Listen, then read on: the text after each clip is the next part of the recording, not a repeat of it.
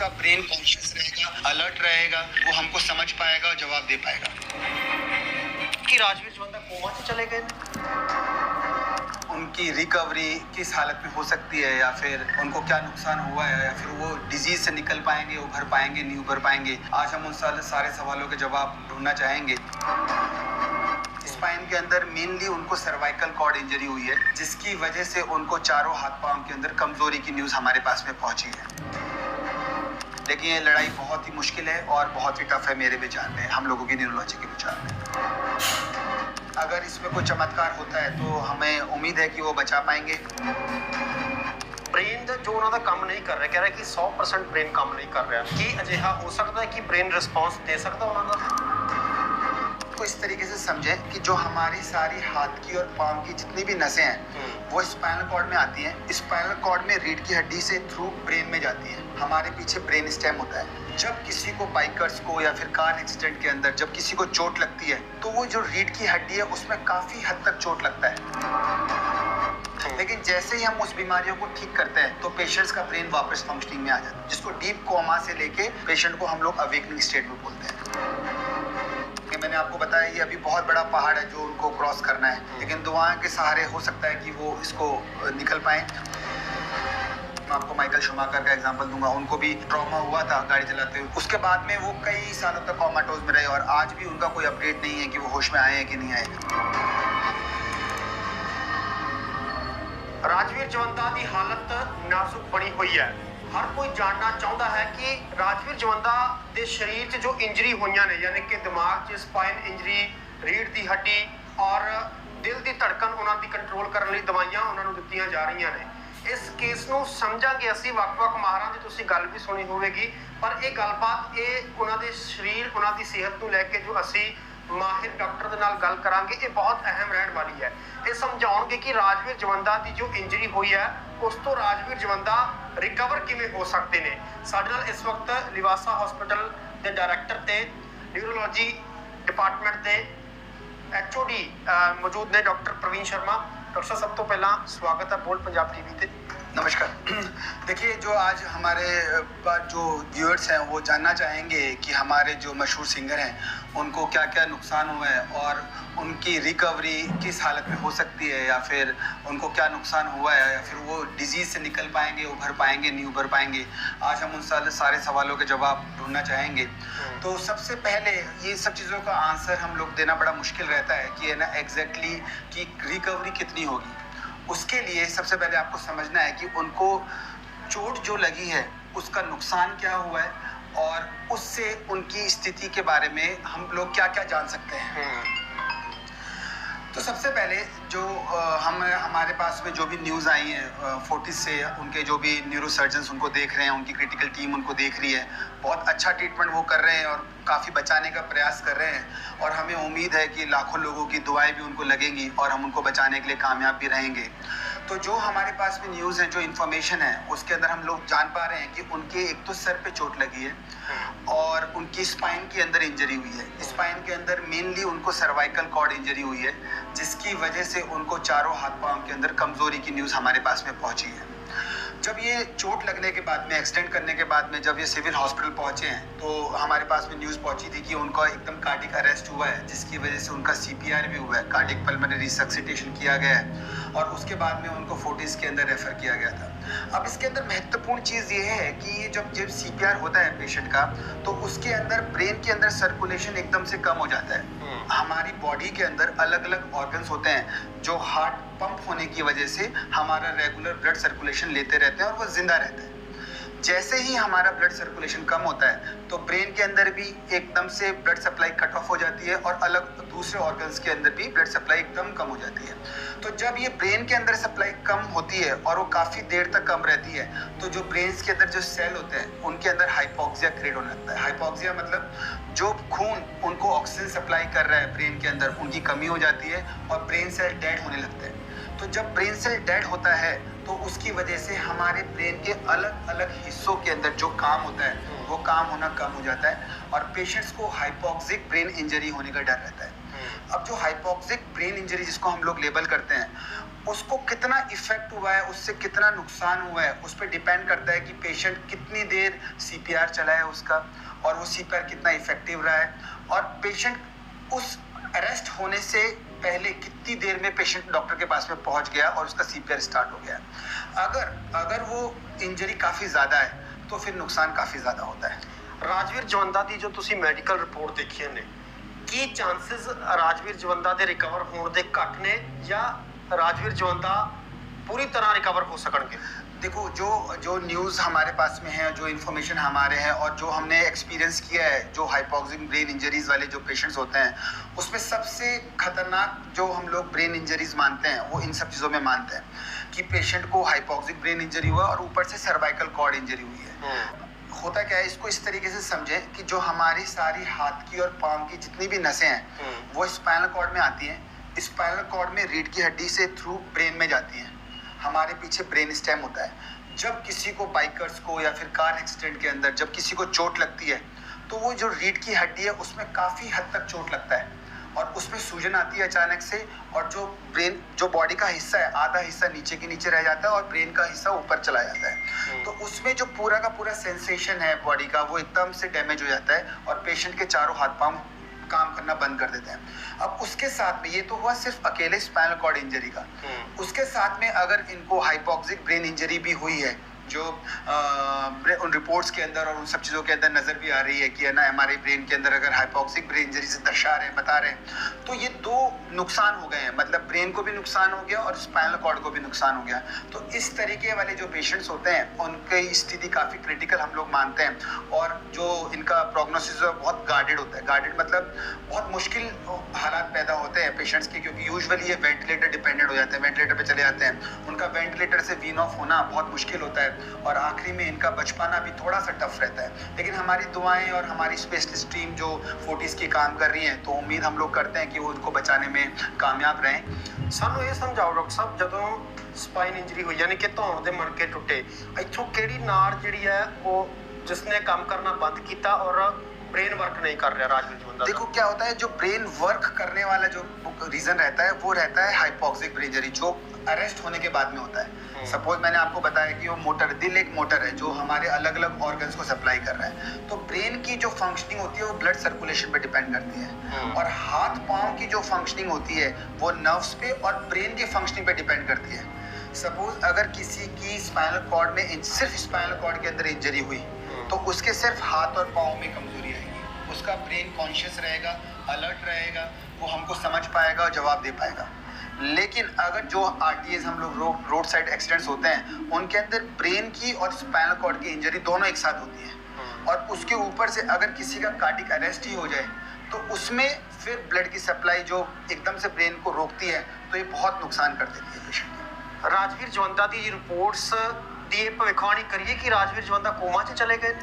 देखिए, पेशेंट का जो कोमाटोज स्टेटस है, अगर पेशेंट होश में नहीं है और अगर जीसीएस जो हम लोग अमूमन काउंट करते हैं, अगर वो E1, VT, M1 है तो हम लोग उसको कोमा की स्थिति में ही गिनते हैं। लेकिन वो कोमा की स्थिति बाहर निकल पाएंगे, नहीं निकल पाएंगे, वो सारी दूसरी इन्वेस्टिगेशंस लाइक EEG और MRI के बाद में जो डॉक्टर स्पेशलिस्ट जो ट्रीट कर रहे हैं वो डिसाइड कर पाते हैं, वो थोड़ा सा निर्णय ले पाते हैं कि निकल पाएंगे कि नहीं निकल पाएंगे। ਅਜਿਹੇ ਪੇਸ਼ੈਂਟ ਡਾਕਟਰ ਸਾਹਿਬ ਕੋਮਾ 'ਚ ਚਲੇ ਜਾਣ ਤੋਂ ਬਾਅਦ किन्ने समय बाद रिकवर होंगे, यानी कि 4 महीने, 5 महीने, 6 महीने बाद होश आ जाता है पेशेंट को? देखिए, सबसे पहले जो कोमा में जो पेशेंट जाते हैं उनका सबसे पहला डॉक्टर्स टीम का टारगेट रहता है कि पेशेंट की जान बच पाए। जब पेशेंट की जान बच पाती है उसके अंदर बहुत सारे हमारे सामने चैलेंजेस आते हैं। चैलेंजेस जैसे पेशेंट को वेंटिलेटर से वीन ऑफ करना। वेंटिलेटर से वीन ऑफ करने में भी बहुत बड़ा चैलेंज रहता है, क्योंकि पेशेंट की जो नर्व्स इंजरीज होती है, ब्रेन काम नहीं कर रहा, तो जो सांस लेने की क्षमता होती है वो पेशेंट की कम होती है या फिर चली जाती है।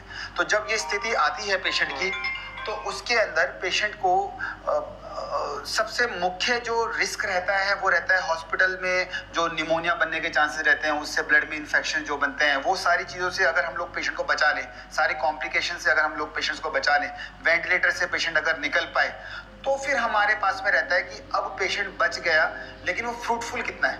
मतलब सपोज पेशेंट हमने बचा लिया लेकिन दिमाग पूरी तरीके से काम नहीं कर रहा, वो अपने सेंसेस में नहीं आए, समझ नहीं आए, बोल नहीं पाए, अपना काम नहीं कर पाए, तो वो एक मॉर्बिड कंडीशन में तब्दील हो जाता है पेशेंट। राजवीर जवंदा की इस वक्त धड़कन बीपी नॉर्मल है, रिपोर्ट्स की कहनी है।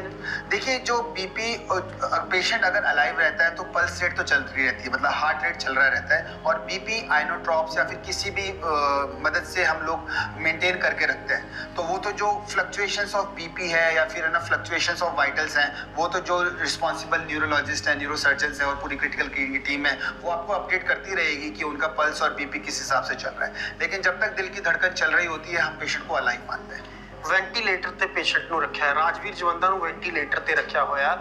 ਅਸੀਂ ਕੀ ਸਮਝੀਏ ਕਿ ਵੈਂਟੀਲੇਟਰ ਤੇ ਰੱਖਣ ਨਾਲ ਰਾਜਵੀਰ ਜਵੰਦਾ ਮੁੜ ਠੀਕ ਹੋ ਜਾਣਗੇ, ਕਿਉਂਕਿ ਵੈਂਟੀਲੇਟਰ ਨੂੰ ਲੈ ਕੇ ਬਹੁਤ ਸਵਾਲ ਹੈ ਕਿ ਜਦੋਂ ਇਨਸਾਨ पूरी खत्म हो जाता है उसको उस वक्त वेंटिलेटर पे रखा जाता है। देखिए ऐसा नहीं है, वेंटिलेटर को इस तरीके से आप समझिए, इसको थोड़ा सा है ना सिंपल तरीके से समझेंगे और है ना कम डरावना शब्दों में इसको एक्सप्लेन करेंगे। वेंटिलेटर एक सांस देने की मशीन होती है जो पेशेंट को, जो हम लोग नॉर्मल सांस लेते हैं, जब भी उसमें कमी आती है तो हम लोग वेंटिलेटर का सहारा लेते हैं। अब वेंटिलेशन दो तरीके का होता है, एक इन्वेजिव होता है और एक बाहर से होता है। जैसे अगर पेशेंट होश में रहता है और है ना उसको जैसे सीओपीडी के पेशेंट्स होते हैं तो हम लोग बाहर वाला उनको वेंटिलेटर लगाते हैं जो हाई प्रेशर से उनको ऑक्सीजन देता है।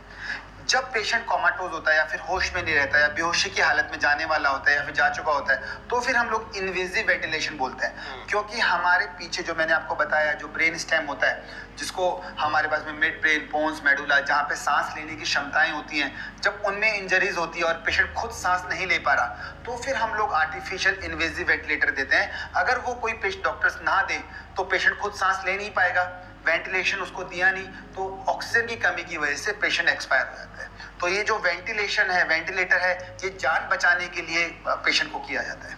ਰਾਜਵੀਰ ਜਵੰਦਾ ਦੀ ਸਥਿਤੀ ਨੂੰ ਕਿਵੇਂ ਸਮਝੀਏ? ਹੁਣ ਇਸ ਵਕਤ ਐਡਵਾਂਸ ਲਾਈਫ ਸਪੋਰਟ ਤੇ ਉਹਨਾਂ ਨੂੰ ਰੱਖਿਆ ਗਿਆ ਹੈ ਔਰ ਬ੍ਰੇਨ ਕੰਮ ਨਹੀਂ ਕਰ ਰਿਹਾ ਉਹਨਾਂ ਦਾ। ਬ੍ਰੇਨ ਦਾ ਜੋ ਉਹਨਾਂ ਦਾ ਕੰਮ ਨਹੀਂ ਕਰ ਰਿਹਾ, ਕਹਿ ਰਿਹਾ ਕਿ 100% ਬ੍ਰੇਨ ਕੰਮ नहीं कर रहा। कि अजिहा हो सकता है कि ब्रेन रिस्पॉन्स दे सकता उन्होंने?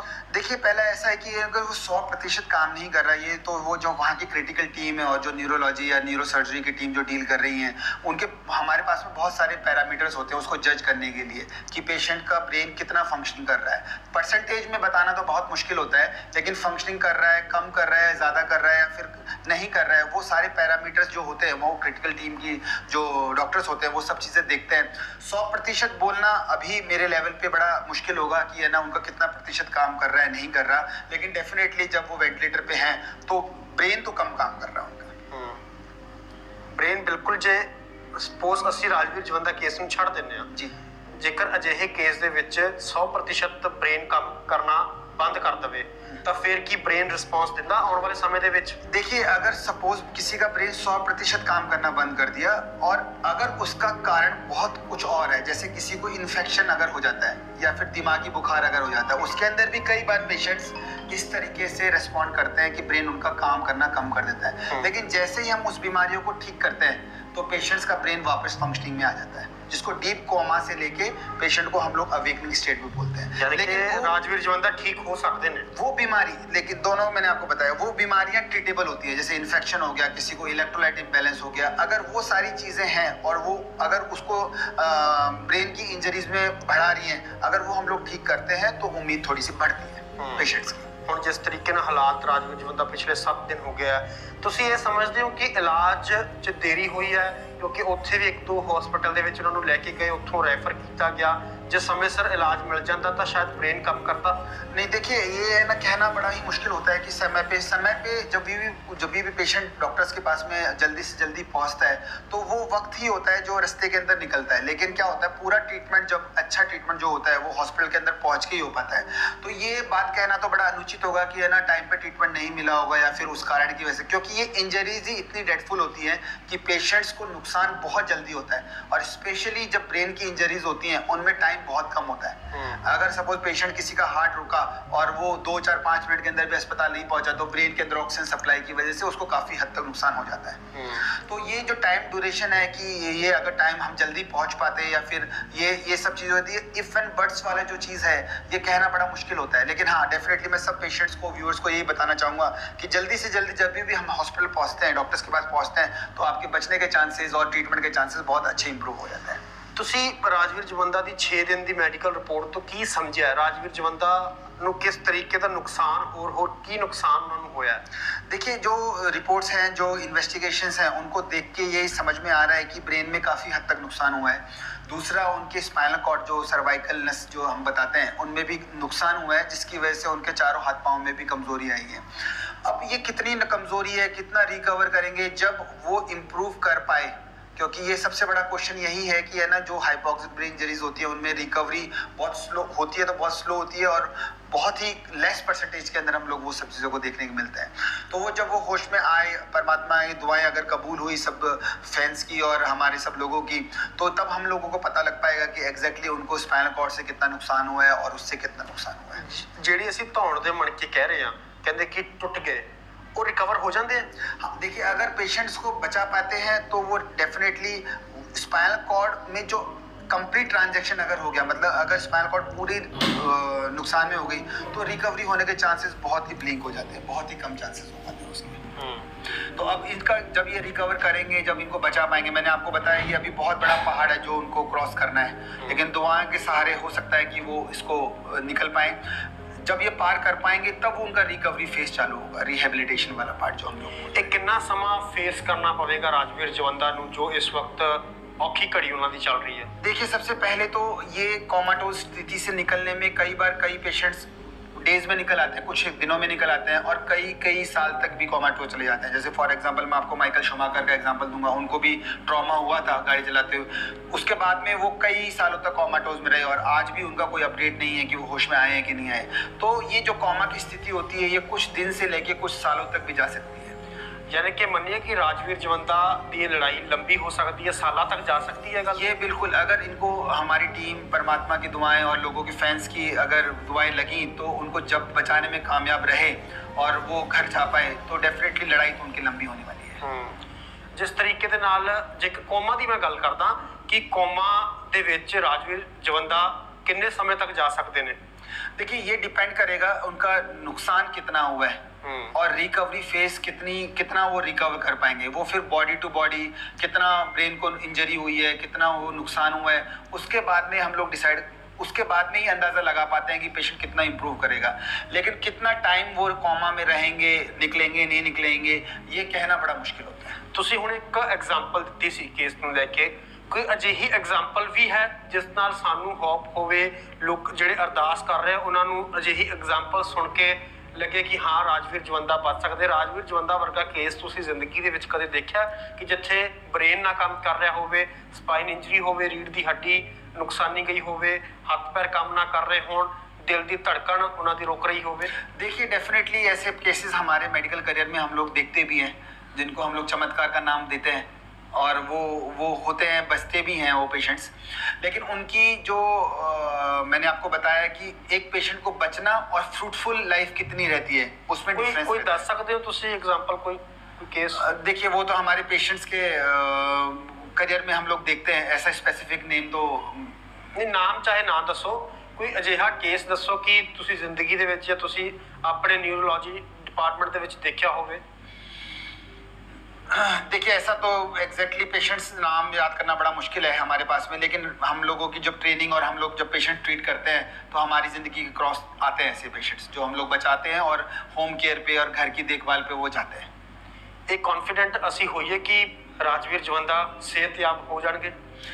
देखिए, ये इसके अंदर ये वाला आंसर जो है कि है ना, सेहत दुआएं हैं, अगर इसमें कोई चमत्कार होता है तो हमें उम्मीद है कि वो बचा पाएंगे, हम उनको अच्छे वापस सिंगिंग रूप में देख पाएंगे। लेकिन ये लड़ाई बहुत ही मुश्किल है और बहुत ही टफ है मेरे विचार में, हम लोगों की न्यूरोलॉजी के विचार में, लेकिन उम्मीद नहीं छोड़नी है। क्योंकि जो डॉक्टर अजिही गल कहे कि बहुत मुश्किल है, टफ है, ਤਾਂ ਫਿਰ ਇੱਕ ਵਾਰ ਤਾਂ ਆਮ ਇਨਸਾਨ ਜਾਂ ਪਰਿਵਾਰਕ ਮੈਂਬਰ ਵੀ ਆਸ ਉਮੀਦ ਛੱਡ ਦਿੰਦਾ ਹੈ। देखिए उम्मीद नहीं छोड़ना है, उम्मीद तो रखना है जब तक दिल की धड़कन आखिरी चल रही है उनकी। तो डेफिनेटली सारे फैंस को, सारे जो डॉक्टर्स हैं, हमारी उम्मीद यही है कि हम उनको, वो जो टीम लगी हुई है उनकी पूरी मेहनत, वो अपनी मेहनत से उसको बचा पाएँ। तो डेफिनेटली उम्मीद तो थोड़ा बहुत रखना है, चाहे परसेंटेज कम ही हो, लेकिन उम्मीद तो है। ਪੂਰੇ ਭਾਰਤ 'ਚ ਜਾਂ ਬਾਹਰਲੇ ਮੁਲਕਾਂ ਦੇ ਵਿੱਚ ਅਜਿਹਾ ਕੋਈ ਇਲਾਜ ਹੈ ਰਾਜਵੀਰ ਜਵੰਦਾ ਦੇ ਲਈ ਜਿਸ ਤਰੀਕੇ ਉਹ ਰਿਕਵਰ ਹੋ ਸਕਣ ਜੋ ਭਾਰਤ ਦੇ ਵਿੱਚ ਨਾ ਹੋਵੇ? नहीं, वो ऐसा कोई स्पेसिफिक ट्रीटमेंट नहीं है। जो डॉक्टर साहब जो फोर्टिस में ट्रीटमेंट चल रहा है, हमारे अमूमन हमारे एक्सपीरियंस में वो ट्रीटमेंट बहुत बेहतरीन चल रहा है। वो अपनी तरफ से बहुत अच्छा कर रहे हैं, they are doing their best. ਕਿਉਂਕਿ ਬਹੁਤ ਸਵਾਲ ਵੀ ਖੜੇ ਹੁੰਦੇ ਆ ਕਿ ਵੈਂਟੀਲੇਟਰ ਤੇ ਰੱਖਿਆ ਹੈ, ਹਸਪਤਾਲ ਬਿੱਲ ਬਣਾਉਂਦਾ ਹੈ, ਉਹ ਸਭ ਫਿਰ यानी कि की समझिए? नहीं, वो देखिए ऐसा होता है कि है ना, ये सामाजिक कई मिथ्स हैं जिनको डर भी बोल सकते हैं। लेकिन अभी जब भी इस तरीके के केसेस आते हैं तो as an hospital management, as an doctor, हम लोग खुद भी काफ़ी केयरफुल रहते हैं कि ऐसी कोई भी घटना या फिर कोई भी चीज़ ना रहे, क्योंकि हर चीज़ की जवाबदेही बनती है। तो आप उस पॉइंट ऑफ व्यू से, तो मेरे हिसाब से मेरा जो एक्सपीरियंस है, जो डॉक्टर साहब देख रहे हैं, जो उनकी टीम है, वो बहुत ही रिस्पॉन्सिबल टीम है। ਠੀਕ ਹੈ ਡਾਕਟਰ ਸਾਹਿਬ, ਇਸ ਪੂਰੇ ਕੇਸ ਨੂੰ ਸਮਝਾਉਣ ਦੇ ਲਈ ਜੇਕਰ ਤੁਸੀਂ ਕੁਝ ਹੋਰ ਸਮਝਾਉਣਾ ਚਾਹੁੰਦੇ ਹੋ ਬ੍ਰੇਨ ਨੂੰ ਲੈ ਕੇ, ਕਿਉਂਕਿ ਇਹ ਨਾੜੀਆਂ ਦਾ ਗੁੱਛਾ ਹੈ, ਕਿਹੜੀ ਨਾੜੀ ਕਿਸ ਤਰੀਕੇ ਨਾਲ ਵਰਕ ਕਰਦੀ ਹੈ, ਕਿਹੜੀ ਨਾੜੀ ਪੂਰੇ ਸਰੀਰ ਨੂੰ ਜੋ ਚਲਾਉਂਦੀ ਹੈ, कुछ अजिहा भी होता है? हाँ जी, देखिए ऐसा है कि मैं अभी सब व्यूअर्स को एक बार ये बताना चाहूँगा कि अगर आप कोई भी ट्रैवलिंग कर रहे हैं, सबसे पहले तो हमारे जो सेफ्टी रूल्स हैं उनको फॉलो करना है आपने। सेफ्टी रूल्स में जैसे हेलमेट पहनना है, और हमारा अगर गाड़ी में चल रहे हैं तो सीट बेल्ट लगाने, और एयर बैग जो वाली जो गाड़ियाँ हैं, सेफ्टी मेजर्स वाली जो गाड़ी। राजवीर जवंदा ने तो 1.5 लाख का हेलमेट पाया हुआ है, फिर वो इंजरी का कारण क्या? हाँ, वो मैं आपको एक्सप्लेन कर सकता हूँ। देखिए क्या होता है कि जो भी कोई भी गैजेट, इसको हम लोग गैजेट बोलते हैं, उनकी एक लिमिटेशंस होती है। अगर कोई भी इंजरी होती है तो एक हेलमेट का प्रोटेक्शन की लिमिट होती है, लेकिन उनके साथ में जो मेजर एक्सीडेंट हुआ वो ज़रूरी नहीं कि सबके साथ में हो सकता है किसी के लाइट एक्सीडेंट के साथ में हो, तो वो लाइट एक्सीडेंट के अंदर वो हेलमेट काफ़ी जान बचाने का काम कर सकता है। अगर सपोज वो कवरिंग ही ना हो, कवरिंग में मतलब ये नहीं होता कि 100% ही है ना किसी भी चीज़ के लिए वो हिफाजत करेगा। हाँ, लेकिन अगर सपोज उसको ट्रॉमा कम होता है, इंजरी कम होती है, डेफिनेटली वो लाइफ सेविंग प्रोसीजर की तरह आपको दिखाई देता है कि हेलमेट की वजह से जान बच गई। और बहुत सारे एक्सीडेंट्स हम लोग देखते भी हैं कि पेशेंट्स को, बाइकर्स को एक्सीडेंट हुआ लेकिन उन्होंने हेलमेट पहन रखा था, गिरे और उनके चोट से बच गए वो। तो ये सेफ्टी मेजर्स हैं जो आपको लेने ही लेने हैं। अच्छा, मेरा आखिरी सवाल है, स्वेलिंग भी हुई है राजवीर जवंदा के दिमाग में? देखिए जब भी हाइपोक्सिक ब्रेन इंजरीज होती है, फिर ट्रॉमा होता है, तो ब्रेन के अंदर स्वेलिंग आती है, क्योंकि ब्रेन सेल्स डेड होते हैं और डेड होने के बाद में उनके अंदर स्वेलिंग का स्टार्ट हो जाता है। तो वो तो जब भी ब्रेन इंजरीज होंगी, जब भी हाइपोक्सिक ब्रेन इंजरी होगा तो ब्रेन इडेमा हम लोग उसको लेबल करते हैं, तो वो तो डेवलप होता ही है पेशेंट्स को। ठीक है, धन्यवाद इस रिपोर्ट्स से चर्चा करने लिए, समझाने के लिए कि राजवीर जवंदा किवें रिकवर हो पाएंगे, क्योंकि तुसीं दस्सिया कि बहुत मुश्किल है, पर दुआ करिए, अरदास करिए कि राजवीर जवंदा साडे विच मुड़ तो उस तरीके नाल गायकी करे। तो डॉक्टर प्रदीप शर्मा होरां दे नाल गलबात कीती, उन्होंने दस्सिया कि इस केस दे विच बहुत मुश्किलां खड़ियां हुंदियां ने, जिवें परिवार कह रहा है कि अरदास करिए, क्योंकि उन्होंने इंप्रूवमेंट कोई वड्डा नहीं आया, सुधार नहीं आया है। असीं भी सारे अरदास करिए, समझिए कि राजवीर जवंदा की पता किहदी अरदास लग जाए, किहदी दुआ लग जाए, राजवीर जवंदा साडे विचकार मुड़ तो उस तरीके दे नाल